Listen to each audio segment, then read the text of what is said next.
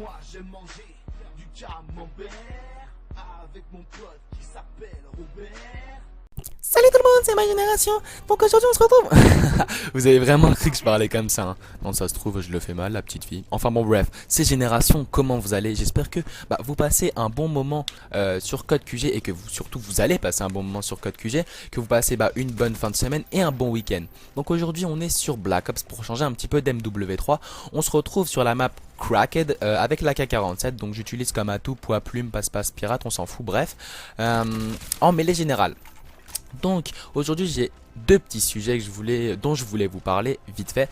Ils seront peut-être un petit peu bêtes en soi ou logiques en soi, mais c'est vraiment pour avoir une impression générale et vraiment une confirmation de mes pensées. Donc tout simplement je vais la faire courte. Pensez-vous que les niveaux des gamers changent en fonction des modes de jeu?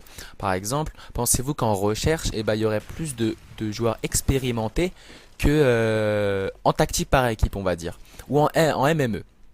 Donc par exemple moi je fais 20 recherches d'affilée, on va dire, ok, j'en fais 20 et ça c'est vrai que je vais acquérir un niveau très élevé, excusez-moi, hein. Je vais forcer mes réflexes, ça va être éprouvant pour moi parce que c'est vrai que des modes objectifs c'est assez difficile parce que j'ai plusieurs objectifs. J'ai non seulement de tuer l'ennemi et d'aussi de capturer un drapeau, poser une bombe, donc ça veut dire que ça va forcer mes réflexes, je serai beaucoup plus stressé, je vais être concentré sur la partie, alors que quand je fais 20 matchs à mort, j'aurai pour seul objectif de tuer. Donc c'est vrai que ça va peut-être être plus facile pour moi, sachant que là en fait il va me suffire juste de longer les murs dans cette partie et de contourner un petit peu la map pour pouvoir tuer les ennemis. Vous allez voir que je vais pas aller trop au milieu de la map, ça va me permettre de produire un bon gameplay sans trop de difficultés.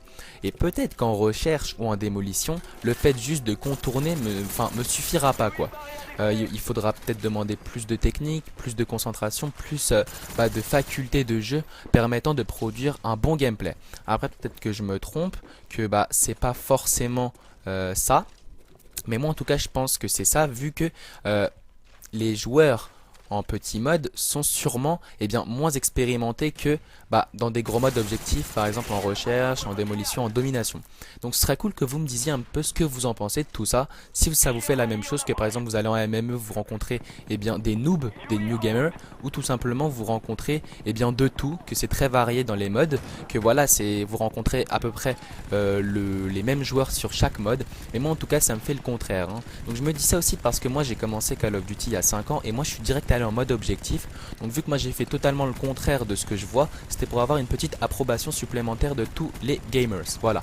Et un dernier petit sujet aussi qui est annexe. Pensez-vous que le fait de s'entraîner par exemple dans de gros modes objectifs longtemps, par exemple faire 20 démolitions, vous entraînera plus que faire 20 petits modes tout simples comme la tactique? Par exemple vous faites 20 démol et 20 tactiques par équipe. Dites-moi si ça vous entraîne plus de faire de la démol que de faire de la tactique, ou le contraire. Donc ça c'est vrai que c'est assez intéressant, parce que oui c'est vrai que la démol ça demande plus de concentration et il y a plusieurs objectifs, donc ça force vos réflexes, alors qu'en tactique on peut que tuer. Donc voilà, après peut-être que ça vous entraîne plus en tactique parce que vous avez que l'objectif de tuer, donc vous allez plus vous concentrer pour faire des frags et donc vous allez plus être expérimenté pour faire des kills. Après peut-être que je me trompe, que voilà c'est totalement différent, donc je voudrais avoir tous vos avis. En tout cas j'espère que cette petite partie éclair se termine bien pour vous, que vous avez aimé la vidéo. Je vous invite à vous abonner à la chaîne de Code QG, elle est vraiment cool. Je pense que vous êtes tous déjà abonnés à la chaîne de Code QG. J'espère que je vous aurai pas trop fait chier et je vous dis à la prochaine, j'espère.